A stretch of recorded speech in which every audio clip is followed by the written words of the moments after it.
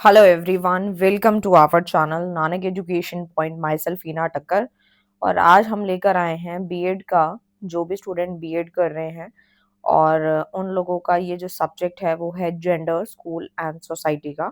तो उसका आज हम गेस्ट पेपर लेकर आए हैं। 100% गारंटेड क्वेश्चंस हैं जो कि आपके पेपर में दिखाई देने वाले हैं। अगर आपको ये पीडीएफ चाहिए तो आप दिए गए नंबर पे व्हाट्सएप करके भी ले सकते हैं 8178359562 पर। लिमिटेड क्वेश्चंस आज हम आप लोगों के लिए लेकर आए हैं। आपको बस इतना ही करना होगा और अपने वीडियो को, जो भी मैं बताऊंगी, उसको अच्छे से समझना होगा। तो इन्हीं में से क्वेश्चन आपको देखने को मिल जाएंगे। तो सबसे पहला क्वेश्चन आता है, differentiate between gender and patriarchy. तो बेसिकली जो जेंडर होता है उसका मतलब क्या है और पेट्रियार्की का मतलब क्या होता है, दोनों के मतलब को समझेंगे। और मैं डिफरेंस इसलिए लेकर आई हूँ क्योंकि अगर आपसे शॉर्ट नोट पूछा जाएगा जेंडर का या पेट्रियार्की का तो भी आप कर पाएंगे, डिफरेंस आएगा तो भी आप ये क्वेश्चन को अटेम्प्ट कर पाएंगे।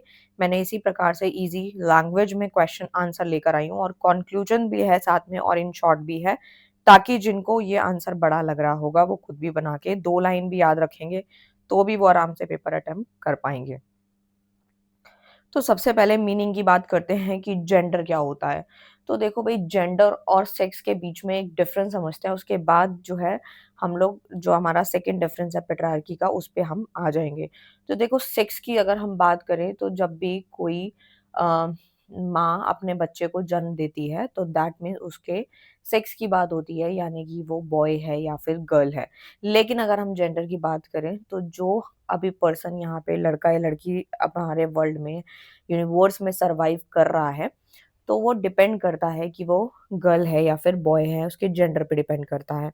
तो बेसिकली जेंडर की एक डेफिनेशन यहाँ बताई गई है कि social and cultural rules, behaviours and expectation of men and women. जो हमारी एक्सपेक्टेशंस है ना, लड़का और लड़की को लेके, मेन एंड वुमेन को लेके, या फिर उसके बिहेवियर को लेके, तो वो सारी चीजें जेंडर को दर्शाती हैं। जैसे कि अगर मैं बात करूँ लड़के की, तो लड़के की अगर मैं बात करूँ तो हमारे समाज में ये माना जाता है कि लड़के, बॉयज को जो है, मेन को जो है वो ज्यादा रोना नहीं आता, वो बहुत स्ट्रांग होते हैं, हर चीज बहुत हैंडल कर लेते हैं, अपने गुस्से को जल्दी से शो नहीं करते हैं और बहुत स्ट्रांग होते हैं। ठीक है। बट यहीं पे अगर हम वुमेन की बात करें तो वो बहुत जल्दी से रोने लग जाती हैं। ठीक है। और बहुत जल्दी चीज़ों को फ़ील कर लेती है। तो ये सारी चीज़ें जो हैं वो एक बिहेवियर को, एक्सपेक्टेशन जो हमारी होती है एक मैन और वुमेन को लेके, वो यहाँ रहती है। और साथ ही साथ जो इसका नेचर है वो है सोशल कंस्ट्रक्ट का। फ़ोकस किस पे किया जाता है? उनके रूल्स पे, उनकी आइडेंटिटीज़ पे, उनसे एक्सपेक्टेशंस रखी जाती हैं कि भई अगर जो मेन है वो जो है वो ब्लैक कलर, ब्लू कलर इस तरीके से पसंद करता है, और जो गर्ल्स हैं, जो वुमेन है, वो पिंक कलर या फिर कोई रेड कलर इस तरीके से उनको पसंद आते हैं। तो ये सारी चीज़ें हैं। और बेसिस की बात करूँ तो बेस्ड ऑन सोशलिस्टल नॉर्म्स के अकॉर्डिंग ये चलता है। फ्लेक्सिबिलिटी इसके अंदर जो है वो किस तरीके से रहती है? Changes across time and culture. Scope की बात करूँ तो इंडिविजुअल एंड सोशल आइडेंटिटीज़ को देखने के अंदर मिलती है, क्योंकि एक पर्टिकुलर इंडिविजुअल की यहाँ बात हो रही है। सोशल आइडेंटिटी को यहाँ दर्शाया जाता है। समाज के अंदर जो ये चीज़ें चली आ रही हैं, बहुत पहले से चली आ रही है, और हमारी एक्सपेक्टेशन रहती है मेंस को भी लेके और वुमेन को लेके भी। For example, women expected to do household work. हम ये मानते हैं, हम पहले से ये सोच के चलते हैं कि हाँ, जो घर संभालेगी वो औरत संभालेगी, बाहर का काम जो खर्चा चलाने का है वो जेंट्स करेगा। भले ही मॉडर्नाइजेशन हमारी बढ़ चुकी है आगे, लेकिन कहीं न कहीं ये आज भी फ़ॉलो अप होता है काफ़ी विलेजेस में, और काफ़ी जगह इसको फ़ॉलो अप किया जा रहा है। और यहीं पे आता है पेट्रार्की क्या होता है? तो यहाँ से काफ़ी बार क्वेश्चन आता है आप लोगों से। इसका मीनिंग वगैरह भी आ सकता है, आप इसको समझ लोगे तो कोई भी क्वेश्चन आए आप कर सकते हो। तो सबसे पहला आता है social system where men hold power and dominate over women. यानी कि पेट्रार्की में होता है, पी से स्टार्ट है ये, पी स्टैंड फॉर पापा, या फिर आपके जो घर में दादा हैं, ठीक है? तो आपको कहीं भी जाना होता है तो आप किससे पूछते हो? आप अपने पापा से पूछते हो कि अगर आपको किसी पार्टी में जाना है, पिकनिक पे जाना है, या फिर अपने फ्रेंड्स के साथ जाना है, बर्थडे सेलिब्रेट करना है, क्योंकि आपके घर के हेड वही हैं, ठीक है? Social system where men hold power, वो पूरी जो मेन है ना वो पावर को होल्ड कर पा रहा है, ठीक है? डोमिनेट ओवर वुमेन, वुमेन की इतनी नहीं चल रही जितनी पापा की चल रही है, ठीक है? सोशल सिस्टम रहता है, स्ट्रक्चर, पावर, अथॉरिटी, कंट्रोल सारा पापा के हाथ में होता है, बेस्ड ऑन मेल डोमिनेंस इसमें देखने को मिलता है। फैमिली, सोसाइटी एंड इंस्टीट्यूशंस, जो भी यहाँ पर स्कोप बताए गए हैं इसके अंदर इसका स्कोप है। और men making major decision in the family, सारे मोस्टली डिसीजन मेन ही लेता है, क्योंकि यहाँ पे पेट्रार्की को ही फॉलो अप किया जा रहा है, और आपके घर में जो डिसीजंस है वो भी आपके फादर ही लेते होंगे, ठीक है। इस तरीके से रहता है। और किसी किसी के घर में मदर की भी चलती है, ठीक है। तो इस तरीके से रहता है। कंक्लूजन की बात करूँ तो कंक्लूजन में आता है gender explain socially constructed rule, जबकि पेट्रार्की एक्सप्लेन क्या करता है, अनइक्वल पावर स्ट्रक्चर को ये एक्सप्लेन करता है, ठीक है। और जिनको ये लेंदी लग रहा है वो यहाँ शॉर्ट में पढ़ सकते हैं। नेक्स्ट क्वेश्चन पे आते हैं, difference between gender bias and gender stereotyping.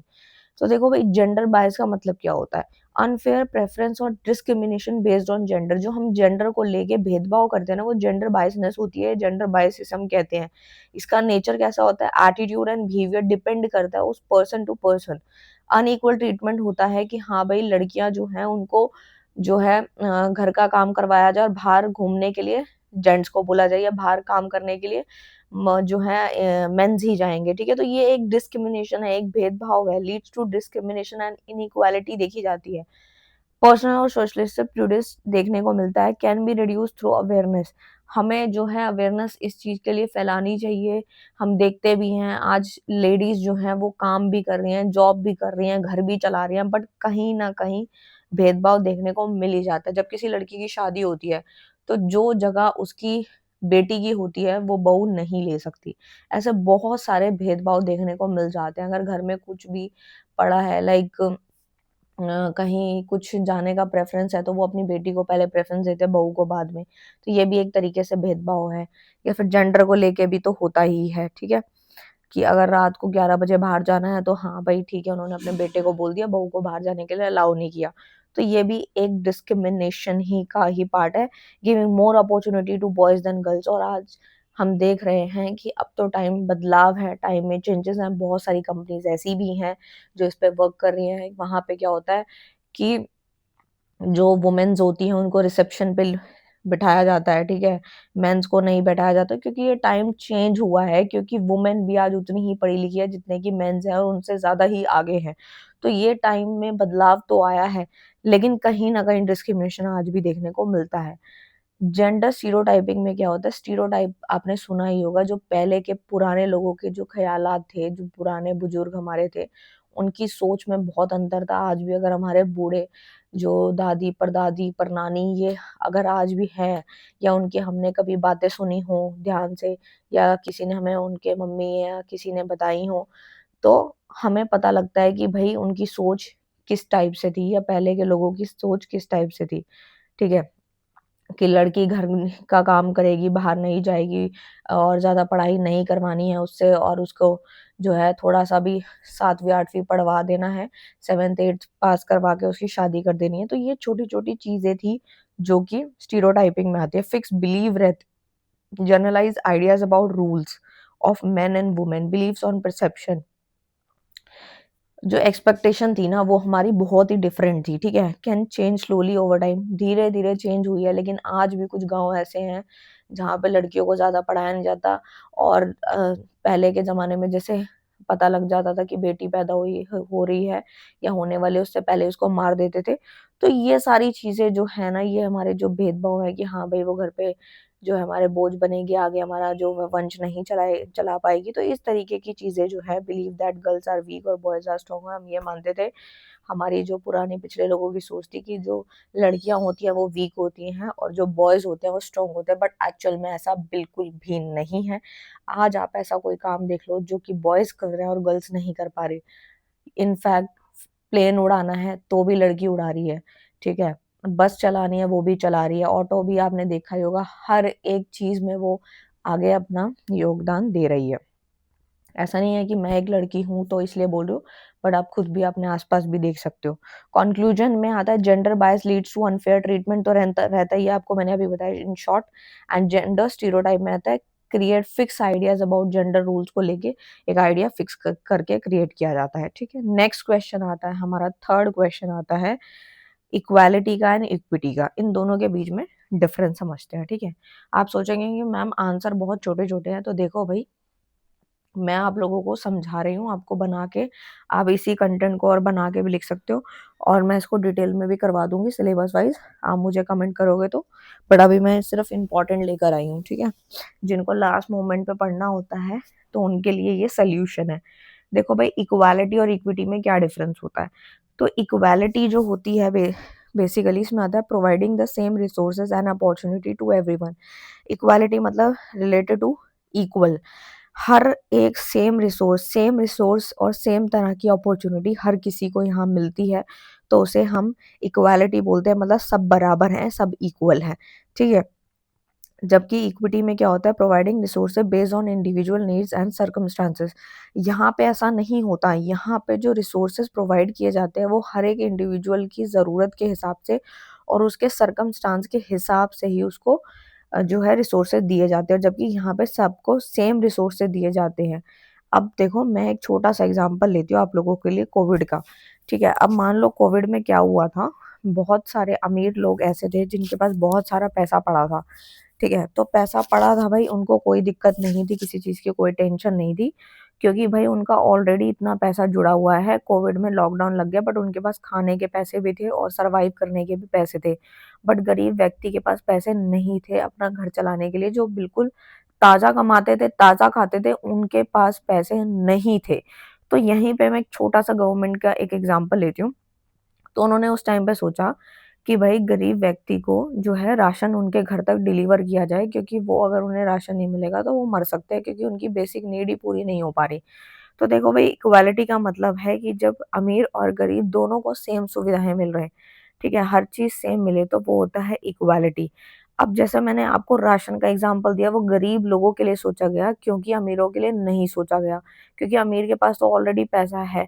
तो वो इक्विटी है कि हाँ भाई, इंडिविजुअल गरीब के लिए वो सामान उसकी ज़रूरत के हिसाब से उसको देना चाहिए, तो वो इक्विटी है, ठीक है? जबकि इक्वालिटी होता है कि मान लो कोई सब्सिडी है या फिर कोई भी एग्ज़ाम्पल आप ले सकते हो, अमीर और गरीब के लिए सेम पॉलिसी चलाई गई है, वो इक्वालिटी है, ठीक है? इतनी बात समझ में आई आप लोगों को? उसके बाद है फोकस, ठीक है?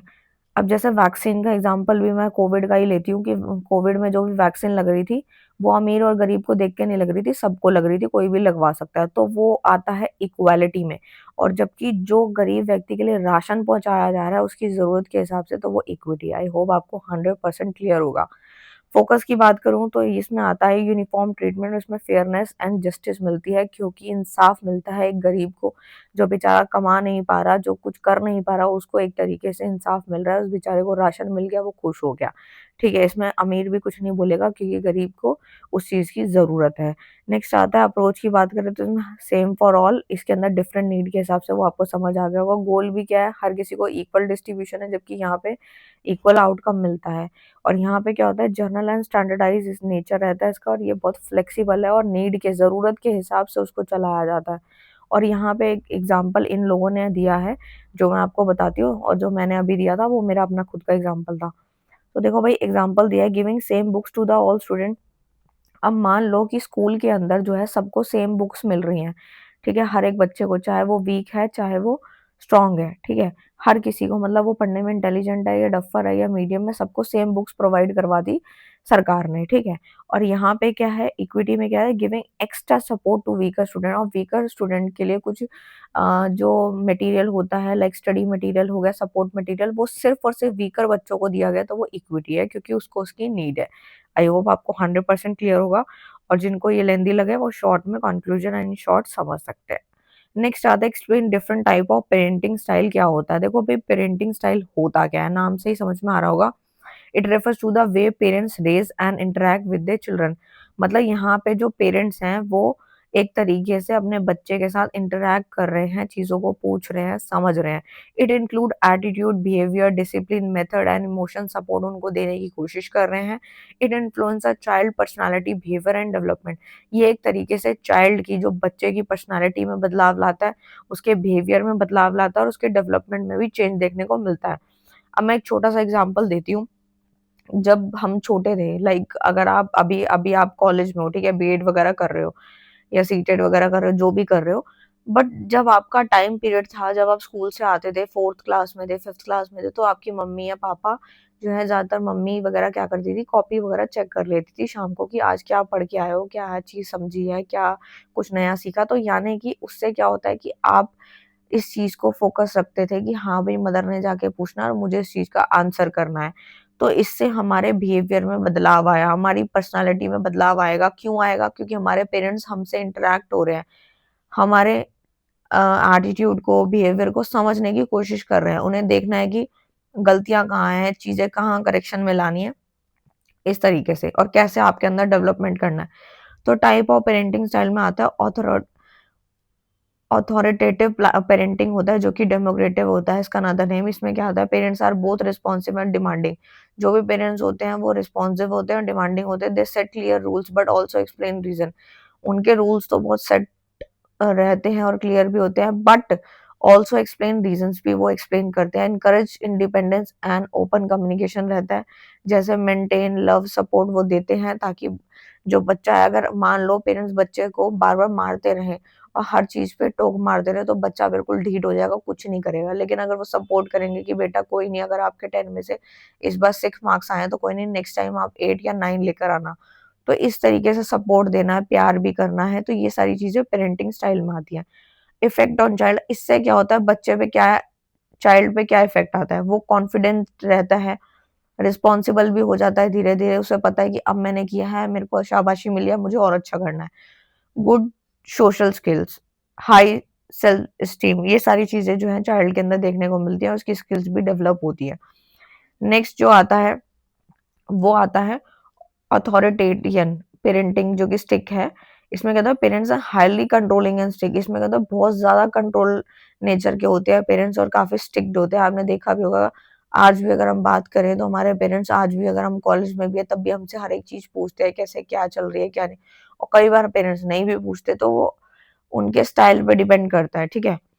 लिटिल और no explanation of rule, limited emotional warm देखने को मिलता है। एंड इफेक्ट ऑन चाइल्ड, इससे चाइल्ड पे क्या इफेक्ट आता है, ओबीडियंट बट लेस कॉन्फिडेंट वो रहते हैं, और साथ ही साथ पुअर उनकी सोशल स्किल होती है, क्योंकि वो ऑलरेडी इतने स्ट्रिक्ट होते हैं, वो ज़्यादा ही कंट्रोल करने की कोशिश करते हैं, तो बच्चा ढीठ हो जाता है, उसका कुछ करने का मन नहीं करता। परमिसिव पेरेंटिंग में क्या होता है, parents are very loving but less demanding. Loving ज़्यादा होते हैं और डिमांडिंग कम होते हैं। फ्यू रूल्स और रिस्ट्रिक्शंस होते हैं। Allow children to make their own decision, वो अपने बच्चे पे ही छोड़ देते हैं, क्योंकि उनको अपने बच्चे पे ट्रस्ट होता है। और इससे बच्चे पे क्या इफ़ेक्ट आता है, डिसिप्लिन में कमी देखने को मिलती है, क्योंकि उन्हें पता है हमारे पेरेंट्स ज़्यादा डिमांडिंग नहीं है, तो उनके डिसिप्लिन में कमी आ जाती है। इम्पल्सिव बिहेवियर हो जाता है, फॉलोइंग रूल को फॉलो करने में उन्हें दिक्कत आती है। कोई चीज़ अगर हम उन्हें नहीं बोल देते हैं करने को, तो वो नहीं कर पाते, क्योंकि वो इस तरीके से अपने काम को ज़्यादा जो है सीरियस नहीं लेते, लाइटली लेते हैं, क्योंकि उनके पेरेंट्स डिमांडिंग नहीं होते। नेक्स्ट आता है नेग्लेक्टफुल पेरेंटिंग, क्या होता है, पेरेंट्स शो लिटिल इंटरेस्ट और इन्वॉल्वमेंट, वो बहुत कम इंटरेस्ट लेते हैं अपने बच्चे में और उनमें इन्वॉल्वमेंट कम दिखाते हैं। इसमें क्या होता है, गाइडेंस की कमी आ जाती है, सपोर्ट और अटेंशन की कमी भी देखने को मिलती है। बेसिक नीड्स में भी met but emotional need are ignore, वो बेसिक नीड को तो पूरा कर देते हैं, बट इमोशनल नीड को वो इग्नोर मार देते हैं, जिसकी वजह से बच्चे पे क्या इफेक्ट आता है, उसके एकेडमिक परफॉर्मेंस गिर जाते हैं, बिहेवियरल प्रॉब्लम आता है, उसके बिहेवियर में बिल्कुल बदलाव देखने को मिल जाता है। तो कंक्लूजन हमने क्या देखा, कंक्लूजन यही है कि हर एक पेरेंट्स का जो है अपने बच्चे को लेकर के उसके पेरेंटिंग स्टाइल थोड़े डिफरेंट होते हैं, ठीक है? इन शॉर्ट आप ये वाला पढ़ सकते हो, ठीक है? नेक्स्ट आता है what are values, explain the role of school in the inculcation of values in the children. तो सबसे पहले वैल्यूज की बात करें, तो values are belief principle standard that guide behaviour and decision making. ये हमारे को गाइड करता है, हमारे बिहेवियर को बताता है किस तरीके से डिसीजन मेक करना है। They are individual understand, they help individual, हर एक इंडिविजुअल को मदद कराता है चीज़ों को समझने में कि क्या सही है और क्या गलत है। और ये हमारे एटीट्यूड, एक्शन, कैरेक्टर को भी इन्फ्लुएंस करता है, जैसे कि ऑनेस्टी, ठीक है? हम कितने सही हैं, ये हमारे बिहेवियर पे डिपेंड करता है, एटीट्यूड पे डिपेंड करता है, हम किसकी कितनी इज़्ज़त करते हैं, हम कितनी रिस्पॉन्सिबिलिटी निभाते हैं। ये सारी चीज़ें हमारी वैल्यूज़ पे डिपेंड करती है कि हमने अपने पेरेंट्स से क्या सीखा। अब आते हैं role of school in calculation of values, यानी कि करिकुलम इंटीग्रेशन, यानी कि values are included in subject like language, social study, moral education. मतलब ये जो वैल्यूज है ना वो हर एक सब्जेक्ट के अंदर इंक्लूडेड है। ऐसा नहीं है कि आपको सिर्फ अपने घर से सीखने को मिलती है, ये आपकी सोशल स्टडी, मोरल एजुकेशन और साथ ही साथ आपको यहाँ पे लैंग्वेज में भी देखने को मिलती है। Lesson and story teach moral values, जो हमारे लेसन एंड स्टोरी वो भी हमें एक तरीके से मोरल वैल्यू सिखाते हैं। Teacher as role model, teacher जो होती है वो demonstrate value through their behaviour, student learn by observing teacher. हम टीचर को देखते हैं, उनसे सीखते हैं कि टीचर कैसे कर रही है, हमें कैसे करना चाहिए। स्कूल का वातावरण भी डिपेंड करता है, जैसे positive and discipline environment promote good value. हमारी गुड वैल्यू कहाँ कहाँ से आती है, ऐसा नहीं है कि घर से आ रही है। एक तो हमारा सबसे पहला पॉइंट था कि करिकुलम, ठीक है, टीचर्स को देख के, स्कूल के वातावरण को देख के भी गुड वैल्यूज आती है कि एक अच्छा डिसिप्लिन वातावरण होता है, क्लीनिनेस, रिस्पेक्ट जो होती है वो हम अपनी डेली लाइफ में अप्लाई करते हैं। को करिकुलर एक्टिविटी इसमें आता है, जैसे कि एक्टिविटी लाइक डिबेट हो गई, स्पोर्ट्स हो गया, कल्चरल प्रोग्राम हो गए। इससे भी हम अपने अपने वर्क में डिसिप्लिन लेकर आते हैं, जिसकी वजह से लीडरशिप एंड कॉर्पोरेशन इनकरेज होता है। ठीक है, नेक्स्ट आता है मोरल एजुकेशन प्रोग्राम, जैसे कि एथिक्स को हम पढ़ते हैं, समाज की जो जिम्मेदारी है, सोसाइटी की जिम्मेदारी वो भी समझते हैं, गुड बिहेवियर, ये सारी जो चीजें हैं वो मोरल एजुकेशन प्रोग्राम से आती हैं। कि अगर हम कहीं जा रहे हैं तो हमें कोई पड़ोस की आंटी दिख जाती है, तो उनको अगर कोई रास्ते में मदद चाहिए तो हम उसकी मदद कर दें, ये नहीं कि उसको इग्नोर करके निकल जाएं। ठीक है, ये चीजें होनी चाहिए। डिसिप्लिन एंड रूल्स जो होते हैं वो सेल्फ कंट्रोल को प्रमोट करते हैं और अच्छी हैबिट्स लेकर आते हैं। क्योंकि स्कूल जो है वो मदद करता है कि हम स्कूल में जब अपने फ्रेंड्स की मदद करेंगे तो कल को बाहर जाएंगे तो किसी पड़ोसी की या किसी और की भी हम मदद करने को तैयार हो जाएंगे, हम जिम्मेदार बनेंगे, हम दूसरों की इज्जत करना सीखेंगे। सोशल इंटरेक्शन होने लगता है, जैसे कि हम अपने फ्रेंड से जो है इंटरेक्ट करते हैं, उससे हम काफी सारी चीजें सीखते हैं। सेलिब्रेशन ऑफ इवेंट से भी हम काफी कुछ सीखते हैं कि हमें अपने कल्चर की रिस्पेक्ट करनी चाहिए। ठीक है, ये सारे पॉइंट्स आप लिख सकते हैं। नेक्स्ट क्वेश्चन आता है स्कूल और सोसाइटी का। देखो भाई, स्कूल का मतलब क्या है? एक फॉर्मल इंस्टीट्यूशन है जो आपको पढ़ाई और लर्निंग बताता है, जबकि समाज आपको क्या सिखाता है? समाज आपको, सोसाइटी आपको बताती है group of people living together, कि जितने भी लोग हैं वो मिलजुल कर रहे और अपने कल्चर एंड नॉर्म को शेयर करें। ठीक है, फिर आता है ये, इसका नेचर स्ट्रक्चर्ड एंड ऑर्गेनाइज होता है, क्योंकि ये पूरे एक रूटीन के साथ चलता है कि सुबह 7 बजे स्कूल स्टार्ट हो रहा है तो 7 बजे होगा। ऐसा नहीं है कि आप अपनी मर्जी से जब मर्जी मुंह उठाओ और चले जाओ और अपने मर्जी रूल्स फॉलो करो, स्कूल की ड्रेस ना पहन के जाओ, तो ऐसा नहीं है। बिल्कुल स्ट्रक्चर्ड और ऑर्गेनाइज्ड होता है। इसका पर्पस क्या है? कि एजुकेशन प्रोवाइड करना है, ठीक है, नॉलेज एंड स्किल डेवलप करनी है बच्चे के अंदर। Control by rules and curriculum and authorities पे कंट्रोल करता है ये school. Limited and specific place and time teaching, training and value development पे काम करता है, कि हर एक बच्चे के अंदर एक अच्छी खासी ट्रेनिंग होनी चाहिए, टीचर को भी अच्छी ट्रेनिंग देनी है ताकि वो बच्चे को अच्छा कुछ सिखा सके। मेंबर की बात करें तो स्कूल में कौन कौन होता है? स्टूडेंट, टीचर, स्टाफ होता है। एग्जाम्पल के तौर पे क्लासरूम, इन्होंने एग्जाम्पल दिया, क्लासरूम लर्निंग हो गया, स्कूल की एक्टिविटी से बच्चा बहुत कुछ सीखता है। नेक्स्ट है जो सोसाइटी जो होती है, सोसाइटी जो होती है बेसिकली ब्रॉड और अनस्ट्रक्चर्ड होती है। ठीक है, इसमें कोई भी चीज स्ट्रक्चर्ड वे में नहीं है, लेकिन साथ मिलकर कल्चर फॉलो करना, एक दूसरे की हेल्प करना, ये समाज में सिखाया जाता है। जैसे कि to regulate social life and maintain order, अपने को ऑर्डर मेंटेन करना है, control by custom, tradition and law को फॉलो अप करना है, और सोशलाइजेशन हो गया, कल्चर ट्रांसमिशन हो गया, रिलेशनशिप हमें बिल्ड करना है कि पड़ोस वाली के साथ, आंटी के साथ बना के रखनी है। ऐसा नहीं है कि पानी अगर ऊपर से टपक रहा है तो हम उसके साथ लड़ाई करें, कल को हमें जरूरत पड़ेगी तो वही पड़ोसी ही काम आते हैं। तो ये बात हमें समझनी है। हर एक इंडिविजुअल जो है इन अ कम्युनिटी मेंबर्स होते हैं, हर एक इंडिविजुअल जहाँ पे उस सोसाइटी में रह रहा है वो सारे के सारे उस कम्युनिटी का पार्ट है। एग्जाम्पल के तौर पे फैमिली, कम्युनिटी, सोशल इंस्टीट्यूशन, ये सारे इसके एग्जाम्पल है। कंक्लूजन आप पढ़ सकते हैं। नेक्स्ट क्वेश्चन आता है शॉर्ट नोट का है, जो कि बिल्कुल लास्ट क्वेश्चन है।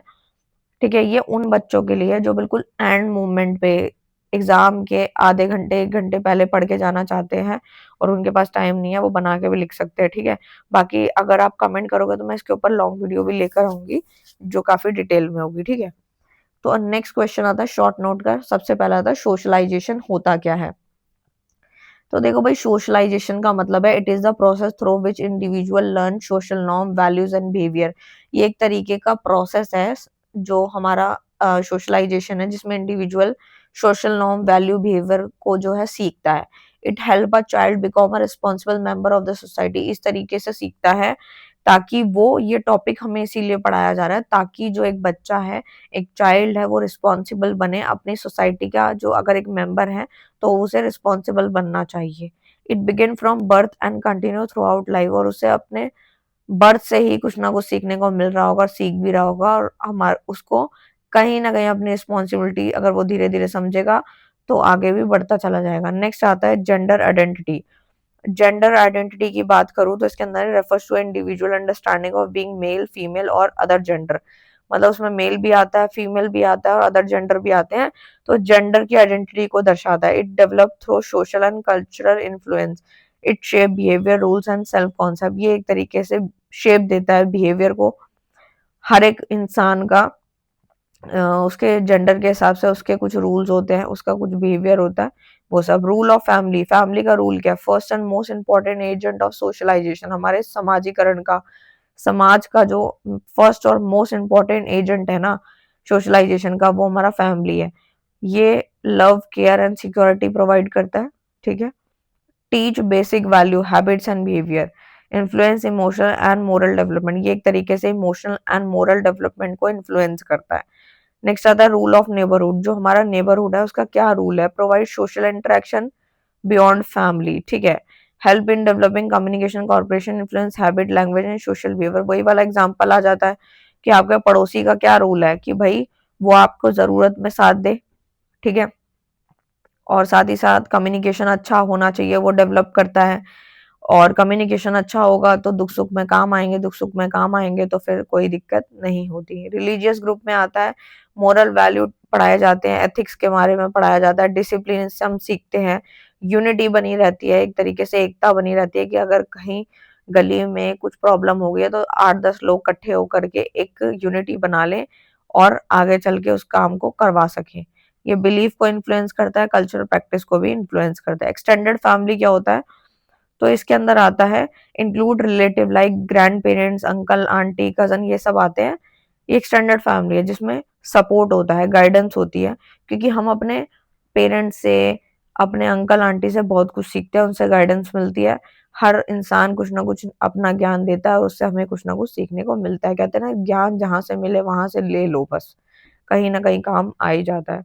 कल्चर, ट्रेडिशन, और ये हमारे social and emotional development of children में मदद करता है कि एक बच्चा जो है वो इमोशनली और सोशली कैसे जो है वो आगे बढ़ सकता है, वो उसको एक्सटेंडेड फैमिली से ही पता लगता है।